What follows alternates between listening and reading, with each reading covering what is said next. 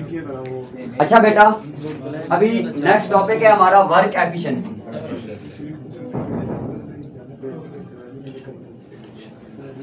हमारे पास work efficiency, जरा देखिएगा इसको। वर्क एफिशिएंसी का क्या मतलब है बेटा? क्वेश्चन इस तरह के आते हैं आपके पास तकनीकी सॉल्व करने की, और हम लोग क्या कर रहे होते हैं, उसको सॉल्व कर रहे होते हैं। होती वो कॉमन सेंस है इसमें। अगर सॉल्व करने वाले क्वेश्चन आए वर्क एफिशिएंसी के, तो उनको किस तरह से सॉल्व करना है, और ये क्वेश्चन होते कौन से, ये एयरफोर्स में ज्यादातर आते हैं।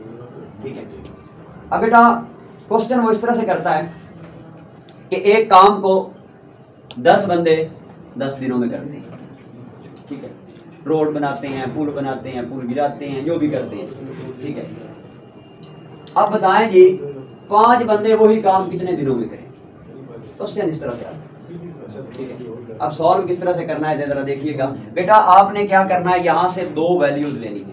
हमेशा वो बाज़ औक़ात 3 भी दे देता है, 3 का अलग क्राइटेरिया, तरीका अलग है। अगर वो 2 वैल्यू देता है सॉल्व करने के लिए, मतलब वो 2 वैल्यू ये देगा। अभी जो मैंने क्वेश्चन आपको बताया उसमें 2 वैल्यू कौन कौन सी, एक आदमियों की तादाद है, दूसरा दिनों की तादाद। ऐसी बात है। आपने क्या करना है, एक साइड पे लिखना है मैन और दूसरी साइड पे लिखना है डेज। ठीक हो गया? अच्छा, मैन और डेज। अब वो कहता है कि जी मैंने आपको बताया कि 10 बंदे एक काम को 15 दिनों में करते हैं, फर्ज करते हैं। आदमी कितने हैं जी? 10। दिन कितने हैं जी? 15। अब वो कहता है कि अगर आदमी हो जाए हमारे पास 5 नहीं करते, 8 कर लेते हैं, वो तो सिंपल हो जाएगा। अगर वो 8 आदमी हैं तो बताएं वही काम कितने दिनों में वो करेंगे। यहाँ पे हमने वैल्यू ले ली x, हमें पता नहीं है कि क्या है वो। ठीक है, अब देखिए बेटा इनको सॉल्व करने का तरीका। बेटा हमारे पास 2 प्रोपोर्शनल होते हैं, एक होता है डायरेक्टली और एक होता है इनवर्सली। उनसे दुआ सलाम करते हैं डायरेक्टली और इनवर्सली से। बेटा डायरेक्टली प्रोपोर्शनल वो होता है अगर एक वैल्यू, सिर्फ इतना याद रखना है कि अगर एक वैल्यू के बढ़ने से दूसरी वैल्यू भी बढ़ रही हो तो वो होता है हमारे पास डायरेक्टली प्रोपोर्शनल। क्या होता है? Directly proportional. और अगर एक वैल्यू के कम होने से दूसरी वैल्यू कम हो रही हो तो वो होता है हमारे पास इनवर्सली प्रोपोर्शनल। क्या होता है? जी, अगर एक वैल्यू के कम होने से दूसरी भी कम हो रही हो तो वो भी हमारे पास डायरेक्टली। ठीक है, लेकिन अगर एक बढ़ रही हो और दूसरी कम हो रही हो, मतलब अपोजिट हो, तो फिर हमारे पास वो क्या होता है? इनवर्सली होता है। अब देखिए बेटा, डायरेक्टली को शो करने के लिए इस तरह के एरो बनाए जाते हैं। ठीक है, और इनवर्सली को शो करने के लिए क्योंकि ऑपोजिट होता है, एक ऊपर एक नीचे, इस तरह से एरो बनाए जाते हैं। अब ये बात समझ में आ गई कि डायरेक्टली कौन सा होता है और इनवर्सली। बच्चों को इतनी तो समझ आती है, लेकिन यहाँ तीनों की नहीं समझ आती कि डायरेक्टली किधर लगाना है और इनवर्सली किधर लगाना है। बेटा देखें, 10 बंदे एक काम को 15 दिनों में कर रहे हैं। क्या कर रहे हैं? 10 बंदे एक काम को 15 दिनों में कर रहे हैं। अगर आदमी हो गए हैं कम तो मुझे ये बताएं दिन ज्यादा लगेंगे या कम लगेंगे? कम ज्यादा लगेंगे। लाजमी सी बात है, काम तो वही है ना। बंदे कम हो गए हैं तो हमारे पास टाइम क्या हो जाएगा? ज्यादा। अब देखिए, ये पहली वैल्यू है और ये दूसरी वैल्यू है। ये 10 से 8 हो गई है, मतलब ये क्या हो रही है? कम। आपने अभी बताया कि ये वैल्यू खुद ब खुद बढ़ जाएगी। क्यों? क्योंकि बंदे कम हो गए हमारे पास। ऐसी बात है, एक वैल्यू के कम होने से दूसरी वैल्यू क्या हो रही है? ज्यादा हो रही है। मतलब इसमें हमारे पास इनवर्सली प्रोपोर्शनल आ रहा है। एक वैल्यू के बढ़ने से दूसरी क्या हो रही है? कम हो रही है। आ रही है समझ? आपस में क्या है? एक दूसरे के ऑपोजिट है, इनवर्सली प्रोपोर्शनल है। तो हम क्या करेंगे, इनके जो एरो के हेड हैं वो ऑपोजिट रखेंगे। ठीक है, यहां तक बच्चों की यहाँ पे समझ नहीं आती। ये तो पता चल जाता है कि डायरेक्टली इनवर्सली क्या है, लेकिन जब एरो लगाने होते हैं तो उस वक्त उनको दुनिया जहान की मौत प्लस होकर पड़ जाती है। ठीक है, वो नहीं पता चलता कि एरो किस तरह से लगाना। अब इसमें यही है, जब एक वैल्यू कम हो रही हो और एक के कम होने से ऑटोमेटिक दूसरी बढ़ रही हो तो वो हमारे पास इनवर्सली है। अभी डायरेक्टली का भी कोई क्वेश्चन सॉल्व करते हैं, वो भी आपको पता चल जाएगा। अच्छा, अब इसको लिखना किस तरह से है? बेटा लिखने का तरीका ये है कि एक तीर का ना, ये जो हमारे पास एरो होता है, ये उसका हेड होता है और ये वाली साइड उसकी टेल होती है। ठीक है, आपने हमेशा टेल टू हेड लिखना है। मतलब पहले टेल उसके बाद हेड। क्या मतलब है इसका? मतलब ये है कि पहले हम लिखेंगे 8 डिवाइडेड बाय, उसके बाद हेड लिखेंगे, वो हमारे पास क्या है 10। अब आ जाते हैं यहाँ पे, आपने दरमियान में बराबर लगा देना है। बराबर के बाद फिर हमने क्या करना है 15 divided by x। Cross multiply कर लें आपकी मर्जी, इधर उधर से एक्सचेंज कर लें आपकी मर्जी, ठीक है। अगर क्रॉस मल्टीप्लाई करेंगे तो इसका मतलब ये है कि 8 जो है वो x से क्या हो जाएगा मल्टीप्लाई हो जाएगा, तो हमारे पास आंसर आ जाएगा 8x इज इक्वल टू 10। जब 15 से मल्टीप्लाई होगा तो हमारे पास 150 आ जाएगा, ठीक है। अब बेटा x की वैल्यू हमने फाइंड आउट करनी है। अब 150 के साथ ये 8 जो इधर मल्टीप्लाई हो रहा है उधर जाके क्या हो जाएगा डिवाइड हो जाएगा, और जब हम इसको डिवाइड करेंगे तो इसका क्या आंसर आएगा? करें डिवाइड जरा। 19 पॉइंट समथिंग 18 पॉइंट।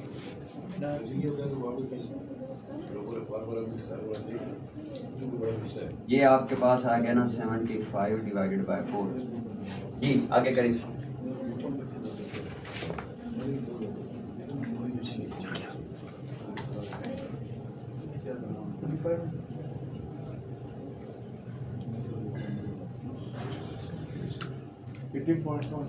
एटीन आपके पास आंसर आ गया। x इज इक्वल टू वो पॉइंट में तो आती नहीं है इसकी वैल्यू, हमने तो खुद से फर्ज की थी, इस वजह से पॉइंट्स में आई है, वरना वो जो वैल्यू देगा ना उसकी सीधा सीधा आंसर आएगा, ठीक है।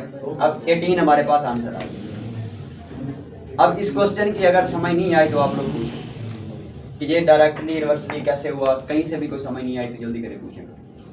है कोई इसमें ये वाला इधर उधर भी लगा सकते हैं? जी बिल्कुल मेरा पुत्र, आप इसका मुंह नीचे कर दें और इसका मुंह ऊपर कर दें और फिर भी सॉल्व करके देख लें आंसर सेम है, ठीक है। इससे कोई कंसर्न नहीं जी।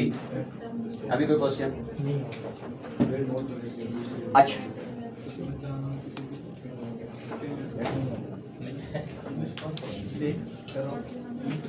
अभी डायरेक्टली को प्रोपोर्शनल का कोई क्वेश्चन सॉल्व करते हैं जिसमें हमारे पास दोनों एरो जो हैं वो ऊपर की तरफ हो, वो कंसीडर कर लेते हैं। कोई है क्वेश्चन माइंड में डायरेक्टली प्रोपोर्शनल का? डायरेक्टली का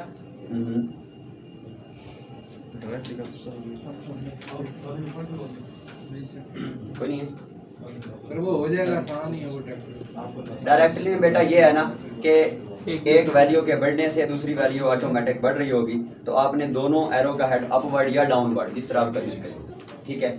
या दोनों का अपवर्ड करना है या दोनों का हेड क्या करना है डाउनवर्ड करके उसको सॉल्व करना है, तब वो आपके पास आंसर है। एग्जांपल दे सर। एग्जांपल ही तो माइंड में नहीं ना, एग्जांपल जरा देखें कुछ डायरेक्ट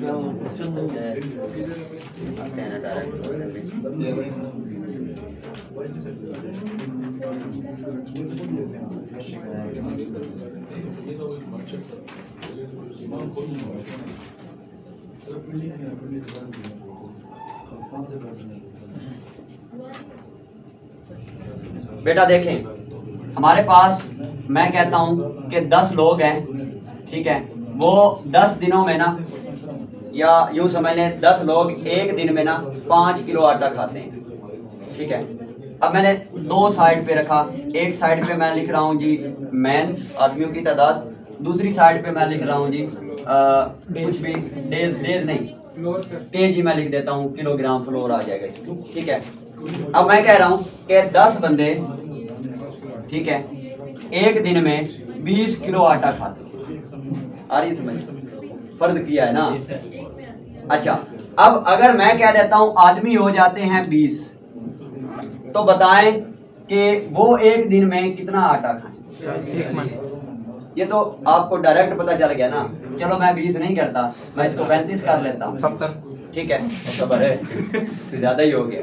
अच्छा अब अगर 35 हमारे पास आ जाए तो फिर हमने इसको किस तरह से सॉल्व करना है? ये हमारे पास है एग्जांपल डायरेक्टली प्रोपोर्शनल की। कैसे बेटा?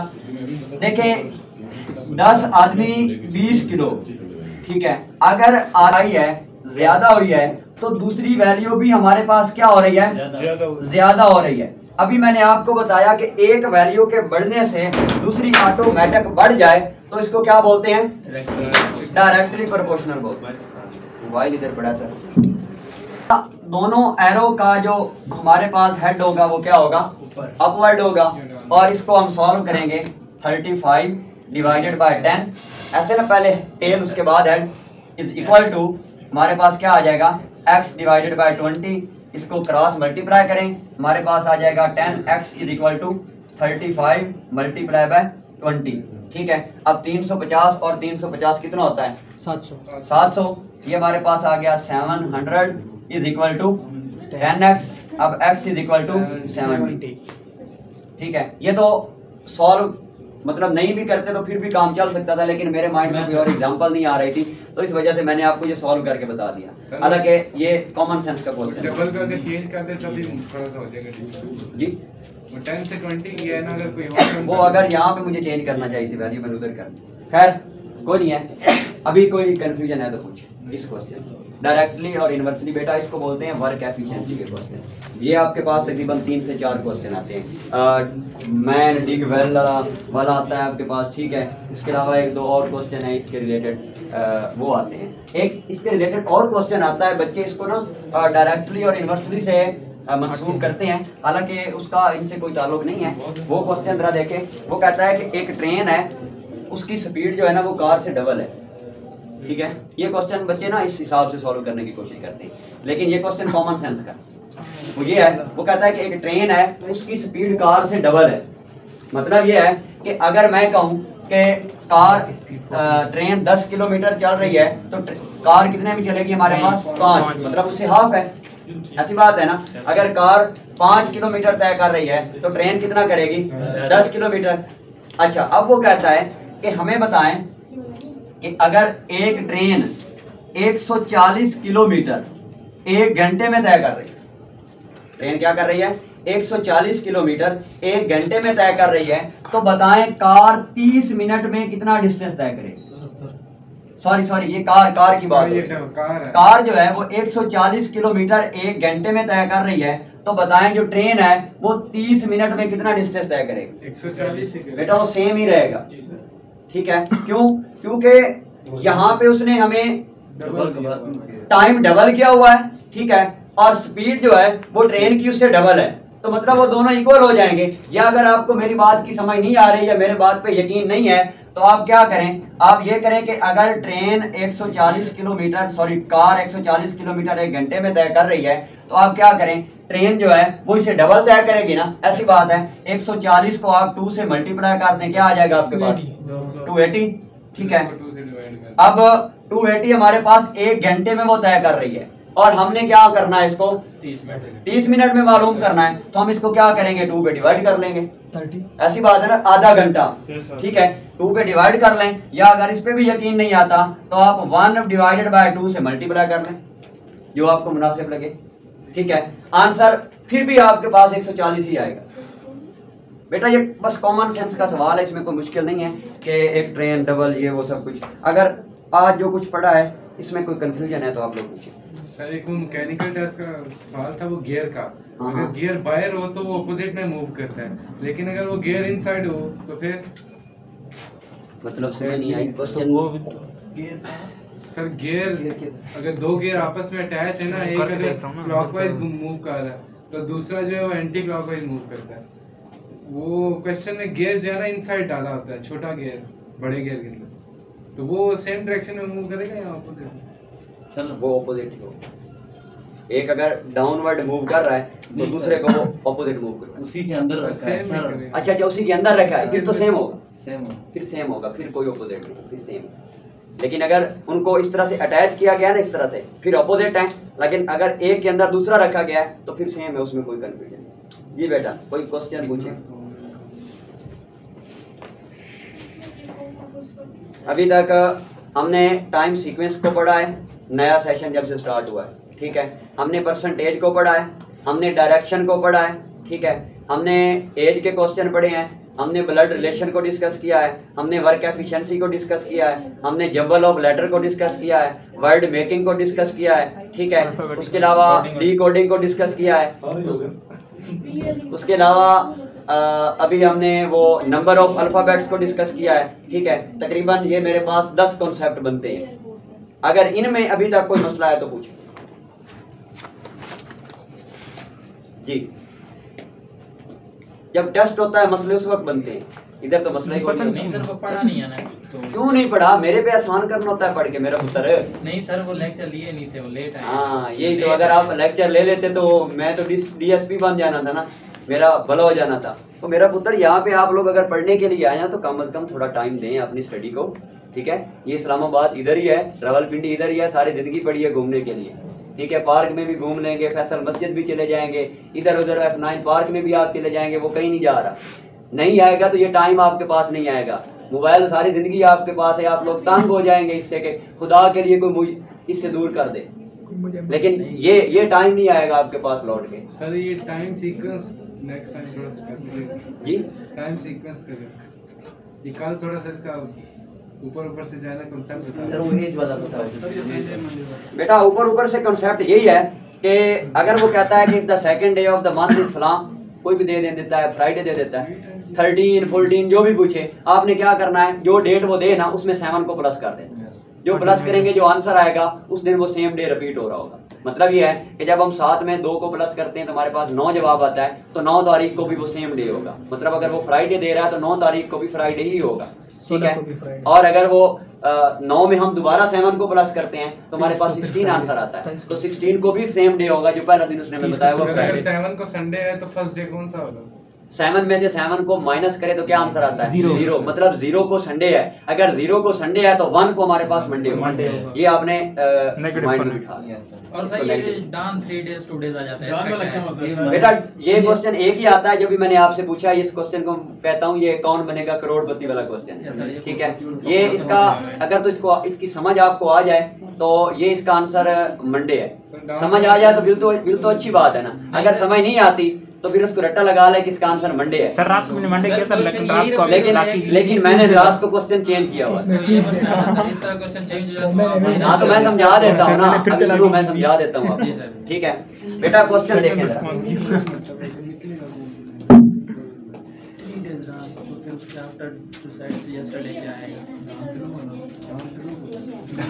बेटा क्वेश्चन है, इधर समझो, इधर if Sunday done 3 days before yesterday,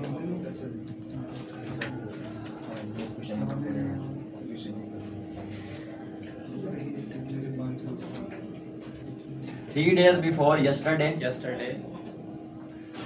what will be पहले यहाँ तक क्वेश्चन को देख लें आप।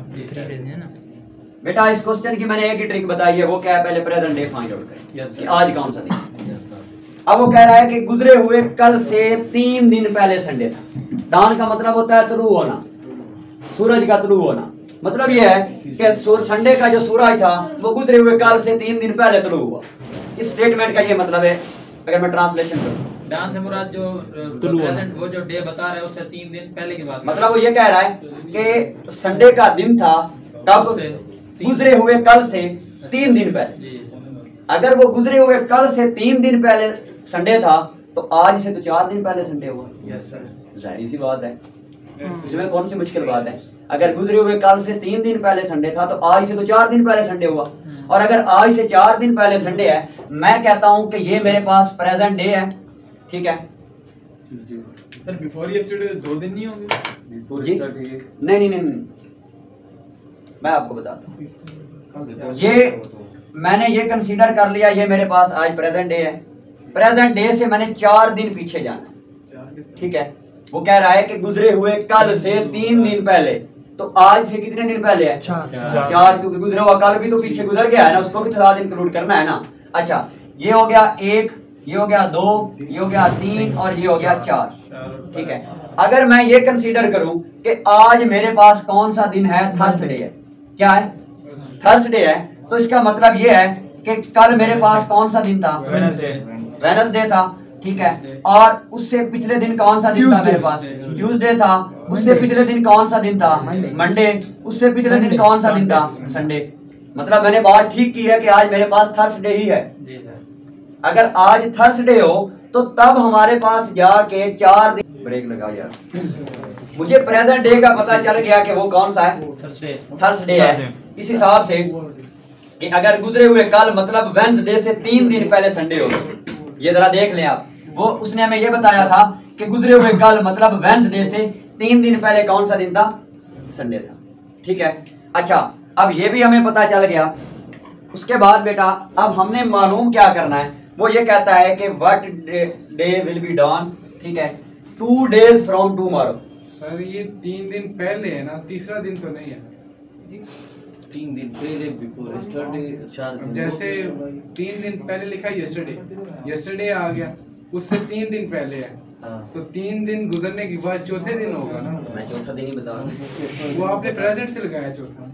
तो यार प्रेजेंट के अलावा 4 दिन है। प्रेजेंट से 5 में है बेटा वो ऐसे ही कह रहा है, वो कह रहा है कि इस संडे डॉन, अगर संडे का दिन था गुजरे हुए कल से 3 दिन पहले, ठीक है, मतलब 3 दिन साथ में हमने इंक्लूड कर दिए। आ रही है समझ? वो चौथा दिन ही बनेगा हमारे पास, ठीक है। अच्छा अब आते हैं जरा, वो कह रहा है कि what day will done 2 days after tomorrow. बेटा बिफोर और आफ्टर में थोड़ा सा ना फर्क याद रख ले। जब वो आफ्टर कहे ना, आफ्टर, फिर आपने नेक्स्ट डे को काउंट करना है। मैं आपको समझाता हूँ, जो डे आए उससे नेक्स्ट डे को काउंट करना है। जब वो आफ्टर कहे, जब वो बिफोर कहे तो फिर आपने पीछे जो आप कह रहे थे ना वो जब नहीं लगाना, ये जहन में रख लें। अच्छा क्या करेंगे, अगर आज हमारे पास क्या है, थर्सडे है, ठीक है, थर्सडे को वो कह रहा है कि what day will done 2 days from tomorrow. पहले तो मैं टुमारो को पता करता हूँ कि मेरे पास कौन सा दिन बन रहा है जी, फ्राइडे, ठीक है। अब टुमारो से 2 दिन मैंने आगे जाना है, मतलब टुमारो को 2 बार मारो, ठीक है। अब देखो ये मेरे पास फ्राइडे है टुमारो को, अब ये 1 और ये 2, ये 1 और ये 2, अगर फ्राइडे है तो 1 दिन बाद क्या होगा, सैटरडे होगा, और उससे अगले दिन क्या होगा, संडे होगा। लेकिन उसने पूछा क्या है कि इन 2 दिनों के बाद कौन सा दिन होगा, वो हमारे पास आंसर आता है मंडे। दो दिन कहे मंडे, 3 दिन कहे ट्यूसडे, 4 दिन बिफोर में मूव नहीं करना, आफ्टर में मूव करना है। रात वाला जो क्वेश्चन था वो ये था कि what day will done 3 days from tomorrow. मैंने 3 days किए हुए थे, ट्यूसडे, ठीक है, तो वो ट्यूसडे हो जाएगा। कि अगर 2 पे मंडे आ रहा है तो 3 पे ट्यूसडे हो जाएगा। अगर 4 पे मैं करता हूँ तो वेडनेसडे हो जाएगा, 5 पे करता हूँ थर्सडे हो जाएगा। सर बिफोर यस्टरडे में सिर्फ एक ही दिन कैलकुलेट करना है? हाँ नहीं, बिफोर यस्टरडे में मतलब ये है ना कि ये आपके पास यस्टरडे है ना, ये इसको वेडनेसडे है, ठीक है। अब उससे हमें 3 दिन पीछे जाना है, तो ये 1, 2 और तीसरा दिन आपने काउंट करना है, उससे पिछला दिन नहीं जाना, तीसरा दिन काउंट करना है जब वो बिफोर बोले। सर प्रेजेंट डे का आगे चलेगा। हाँ बेटा इसका एक ही रूल है, इस तरह के क्वेश्चन जब भी आए ना एक ही रूल है, प्रेजेंट डे फाइंड आउट करें, फिर आगे चले। कभी ये जंप ना लगाएं कि प्रेजेंट डे को इग्नोर करके आप आगे चले जाए, नहीं, कोशिश करें प्रेजेंट डे फाइंड आउट करें, जो भी आता है उससे आगे चले, ठीक है। अभी इस क्वेश्चन में कोई मसला है तो पूछे। इस तरह के क्वेश्चन सर अगर आफ्टर यस्टरडे आ जाए, क्या मतलब, नहीं आफ्टर टुमारो आ जाए, आफ्टर टुमारो तो फिर मतलब ये टुमारो है ना, उससे अगला दिन हमारे पास सैटरडे। इसका आंसर या मंडे या ट्यूसडे या वेडनेसडे, इन तीनों में एक। आ रही समझ? वो कहेगा 1 day after tomorrow, 2 day after tomorrow, 3 days after, जितना भी कहे तो आप बता दीजिए। सर फिर कोई आफ्टर टुमारो के लिए सिर्फ एक ही दिन कोई कैलकुलेट चलाकी करना है। करेगी ट्यूसडे सर मतलब ये टुमारो है ना, अगली टेस्ट में उससे अगला दिन कौन सा होगा? अगर आज फ्राइडे मैं ये कहता हूँ कि कल के बाद कौन सा दिन है, कल के बाद परसों है, ऐसी बात है। तो यहाँ पे भी आपने परसों ही बताना है। जो आज के प्रेजेंट डे जो भी बन रहा है वो तो थर्सडे बन रहा है ना, प्रेजेंट डे, उससे अगला दिन आपने बताना है। सर वो कह सर, रहा है कल से 2 दिन पहले डे कौन सा दिन आफ्टर था? टुमारो, डे आफ्टर के बाद हाँ डे, नहीं है डे आफ्टर टुमारो, तो 1 दिन बाद, गुजरे हुए कल से 1 दिन बाद, तो फिर आपने पहले टुमारो फाइंड आउट करना है, फिर 1 दिन निकालना है और उससे अगला दिन बता देना, वो आपके पास संडे आ सर। जाएगा। वो इसका भी तो पूछ रहे हैं ना, थर्सडे है, इसके जो है क्या नाम है, इससे 3 दिन पहले कौन सा दिन था, ये पूछा है ना उसने इधर नहीं पहले वाले पे डाल ये तो दिए। पूछा ही नहीं है, उसने ये पूछा है, बताया उसने ये पूछा है, क्वेश्चन सुने जरा। वो कहता है कि if Sunday done 3 days before, sorry if Sunday done 3 days before yesterday, गुजरे हुए कल से 3 दिन पहले संडे था, ठीक है। तो आज से 4 दिन पहले संडे हुआ। आ रही समझ आ गई है। अब आ गई है, आ और गई, नहीं सर वो जिसको जितना उछाल रहे हैं ना वो उतना वो है। गड़बड़ हो रहा है। इसलिए मैंने आपको बताया है कि जो इसकी प्रॉपर तरीका है उससे इसको सॉल्व करें और इसे जान छुड़ाएं। अभी कोई क्वेश्चन है तो बेटा डबल चेक एज को डबल जब करते हैं, आप क्वेश्चन बोले जल्दी करें। सर मेरा एज 2 साल के बाद हुई सर, भाई तो कितना होगा? हाँ सर वो वाला कौन सा वो वाला सवाल है सर? जी सर वो सबर ये कल ही तो हमने समझा था, इसमें क्या मुश्किल है? ये कहता है कि आपकी जो एज है ना वो 4 साल है अभी मौजूदा, आपके भाई की एज गया साहब कितनी है? 8 साल। आपकी एज का डबल है, क्या है? डबल है, ऐसे ही है, ये क्वेश्चन कह रहे हो? हाँ यस सर। अच्छा, अगर आपकी एज का डबल आपके भाई की एज है तो उसका क्या मतलब है? 4 × 2 = 8। आपका भाई कितने सालों का हुआ? 8 सालों का हुआ।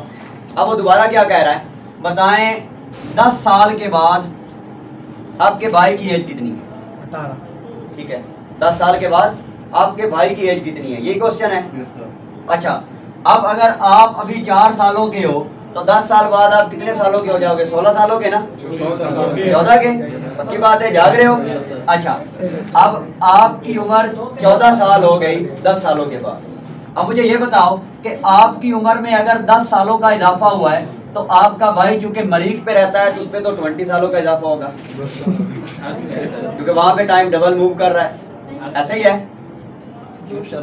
बेटा। देखो, अगर आपकी जिंदगी में 10 सालों का इजाफा हुआ है तो ये नहीं है कि आप 1 गिलास दूध का पीते थे और आपका भाई 2 पीता था, इस वजह से वो 20 साल बड़ा हो गया। वो भी उसकी जिंदगी में भी 10 सालों का ही इजाफा होगा। और आपने क्या करना है, उसकी एज में 10 को प्लस कर लेना, जो आपने उसकी प्रेजेंट एज निकाली है। ठीक है, तो वो 10 और 8 कितने हो जाएंगे? 18 हो जाएंगे। ये है इसका आंसर। सर एक और क्वेश्चन है जी जी। A father at present is 6 times as old as his son. After 20 years, the father would be twice as old as his son. Then, what are their age at present? इसमें जुगाड़ वाला है, या ए या B करो या D. बेटा पता है क्या है, पहली बात तो ये है कि इस तरह के क्वेश्चन आते नहीं। अगर आपकी जिद है, नहीं जिद नहीं है सर, तो पता है क्या है, कंसीडर कर लेना है, लेट कर लेना है कि जो फादर की एज है वो x है, ठीक है, और सन की एज क्या है? y है। अगर वो कहता है कि फादर की एज ट्वाइस है सन से, तो मतलब क्या हो जाएगा? 2x है। Yes sir. x की वैल्यू को हम क्या कर लेंगे? 2 + y। ठीक है, वो कहता है कि इन दोनों की एज इतने दिनों के बाद इतनी बन जाती है, तो 2x + y = जो वैल्यू वो देता है उसमें पूरा। पहले एक इक्वेशन बनानी है इसकी, ठीक है, फिर इसकी दूसरी इक्वेशन बनानी है। अब जरा सुनते जाइएगा, दोनों इक्वेशन में से पहले एक इक्वेशन में x की वैल्यू को फाइंड आउट करना है, वो दूसरी में पुट करना है, वहां से y की वैल्यू को फाइंड आउट करना है, और इस तरह करके प्लस माइनस करके ये टोटल तकरीबन 1 से 1.5 सफ़े पे सवाल हल होगा और आपके पास आंसर आ सर जाएगा। जल्दी हो जाता है अगर वो एक हिसाब बैठ रहा हो ना, अगर उसको सेट करने से, तो वो ऑप्शन में गिवन हुआ ऑप्शन आपको बहुत ज्यादा मदद करते हैं। आपको मैं पहले भी बताता होता हूँ कि क्वेश्चन को सॉल्व करते हुए ना ऑप्शन लाजमी देखा करें। बाद औकात क्या होता है, बाद औकात ये होता है कि बगैर क्वेश्चन सॉल्व किए ही अभी तक आप लोग सॉल्व कर रहे होते हैं, तो वो ऑप्शन इतने बेतुके से दे देता है। आप देखिए, परसेंटेज का क्वेश्चन है, वो कहता है कि कितनी परसेंटेज बनती है उसकी। अगर वो दे रहा है एक 30, एक दे रहा है 20, एक दे रहा है 10 और एक दे रहा है 20%। अब देखें, हमारा आंसर तो आना चाहिए 20%, इनके साथ परसेंटेज का साइन ही नहीं है, तो बगैर सॉल्व किए आप तो इसको लगा सकते हैं। जब भी परसेंटेज वो पूछे कि क्या परसेंटेज है उसके नंबरों की, ठीक है, तो बेटा हमेशा परसेंटेज जब हम निकालते हैं तो साथ में परसेंटेज का साइन होना चाहिए, और अगर परसेंटेज का साइन नहीं है इनके साथ तो ये तो कभी हो ही नहीं सकते। तो करेक्ट आंसर हमारे पास वही होगा जिसके साथ परसेंटेज का साइन है। तो ये ऑप्शन पढ़ने से आपको मदद होगी। ऐसी बहुत सी चीज़ें होती हैं जिनसे हमें ज़ाहिरी तौर पे पता चल रहा होता है कि अगर वो कहता है कि कोई भी चीज़ है, हमें इतना तो गैस हो जाता है, मतलब जिस तरह हमने पहले देखा था कि आदमियों की तादाद बढ़ रही है और दूसरी वैल्यू कम हो जाएगी, ये हमें पता है, और अगर वो ऑप्शन में पहले से ही ज़्यादा वैल्यू दे देता है, ठीक है, तो हमें तो पता है कि उससे तो कम होनी चाहिए, तो उससे कम कोई एक वैल्यू होगी। आप ऑप्शन में देखिए, अगर कोई एक वैल्यू ही उससे कम है आप उसी को निशान लगाएं, बाकी को छोड़ दें, क्योंकि वो तो ज़्यादा है, वो तो पॉसिबल ही नहीं है। अभी हमने देखा ना कि एक आदमी एक काम को 10 दिनों में करते हैं, बताएं 5 आदमी कितनों दिनों में करेंगे? वो 20 दिनों में करेंगे, ठीक है, लेकिन वो ऑप्शन दे रहा है जी 5, 6, 7 और 20। अब आपको पता है कि अगर 10 बंदे 10 दिनों में कर रहे हैं तो 5 बंदे तो ज्यादा दिनों में करेंगे ना 10 से, तो वो 10 से नीचे जितने भी ऑप्शन है वो तो रॉन्ग है, उससे अगले वाला जो ज्यादा है 10 से वही ठीक होगा। ऐसे भी क्वेश्चन होते हैं, तो इसको भी आपने माइंड में रखना है बेटा। ये आप लोग प्रैक्टिस करेंगे ना तो ये क्वेश्चन हो जाएंगे इंशाल्लाह। अभी हमारा 1-2 लेक्चर और होंगे इसके रिलेटेड, और फिर आपको मैं वर्बल की एक फाइल है गया साहब, वो इधर व्हाइट बोर्ड पे ही समझाऊंगा एक क्वेश्चन डिटेल के साथ, ठीक है। वो आप लोग अगर कर गए, वो जो वर्बल की फाइल है, मेरा नहीं ख्याल कि फिर आपको इंटेलिजेंस में कोई मसला, क्योंकि सारे क्वेश्चन अभी जितने भी बच्चों ने टेस्ट दिया है ना, मेरा तकरीबन इस प्रोफेशन में मुझे 4था साल है आई थिंक तो टीचिंग में ये इंटेलिजेंस के प्रोफेशन 4था साल, ठीक है। मैं FSC के स्टार्ट से ही इसके पीछे पड़ गया, ठीक है। अच्छा, मैं फर्स्ट ईयर में था तो तब मैंने ये एग्ज़ाम दिया था सबसे पहले, और फर्स्ट ईयर के दौरान मैंने पहली दफ़ा कोई तैयारी नहीं की थी, ठीक है। दूसरी दफ़ा मैं तैयारी करके गया था, मैं FSC की प्रिपरेशन छोड़ के, मेरे एग्ज़ाम छोड़ के मैंने इनको तैयार किया था। अब वो उस टाइम का तैयार किया मुझे अभी काम आ रहा है। अच्छा खैर जो भी है, तकरीबन मेरा अंदाज़ा नहीं यकीनन ये मुझे 4था साल है इस प्रोफेशन में। 4 सालों में तकरीबन जितने भी मेरे स्टूडेंट गए हैं, जो क्वेश्चन मैंने उनको बताए हैं, उनसे वो कहते हैं कि सर 4 या 5 क्वेश्चन हट के आते हैं। बाकी स्टेटमेंट भी तकरीबन अगर 90 क्वेश्चन में वर्बल की बात करूं तो वो कहते हैं 40 क्वेश्चन वही होते हैं जो आप स्टेटमेंट बताते हैं, उनकी स्टेटमेंट भी सेम होती है, आंसर भी सेम होते हैं 40 क्वेश्चन, ठीक है। उसके बाद जो नेक्स्ट 40 हैं वो वैल्यू थोड़ी सी चेंज होगी, कॉन्सेप्ट वही होंगे ना, उनकी कॉन्सेप्ट वही होगा, वैल्यू थोड़ी सी चेंज होगी। और पहले 10 क्वेश्चन वो चेंज करता है, 10, 5, 6, 7, 8 इतने तक वो चेंज करता है, और वो स्टार्ट वाले ही चेंज होते हैं।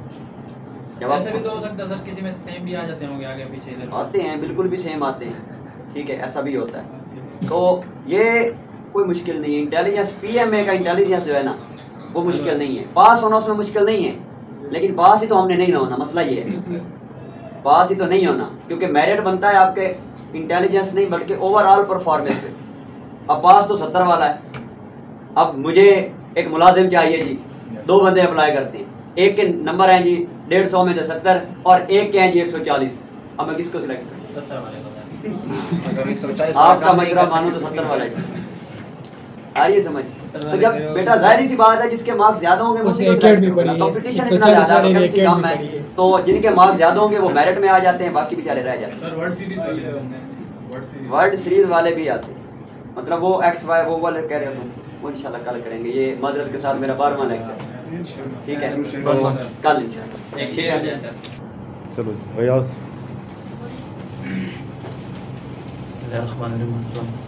सर आज मेरा टॉपिक है शजरकारी। शजर का मतलब है दरख्त और कारी का है दरख्त लगाना। दरख्त हमारे माहौल को साफ़ सुथरा रखते हैं और जो हमें ऑक्सीजन भी मुहैया करते हैं। दरख्त सैलाब के कटाई की तबाही को कटाई और इसके बड़ा मदद देता है और माहौल को पुरसकून बनाते हैं। अगर दरख्त एक माहिरीन के मुताबिक किसी भी कंट्री किसी भी मुल्क का जो जंगलात का परसेंटेज होना चाहिए वो 25 होना चाहिए, लेकिन पाकिस्तान का अफसोस के साथ कहना पड़ता है कि सिर्फ 4% है और इसी 4% पे कटाई भी हो रही है, फर्नीचर्स और वगैरह चीज़ों के लिए चीज़ें बनाए जाते हैं। लेकिन ज़्यादा चाहिए, हुकूमत को चाहिए कि वो बाहर ममालिक जिनसे रूसिया जैसे बड़े लेवल पर परसेंटेज पर जंगलात रखते ताकि उनसे इंपोर्ट करे दरख्त जो लकड़ी का जो काम आते हैं वो फर्नीचर बनाने के लिए जो भी ज़रूरत पड़ते वो बाहर ममालिक से इंपोर्ट करे तब तक जब तक पाकिस्तान के परसेंटेज जंगल का जो फॉरेस्ट का परसेंटेज लेवल बराबर ना हो जाए। Thank you.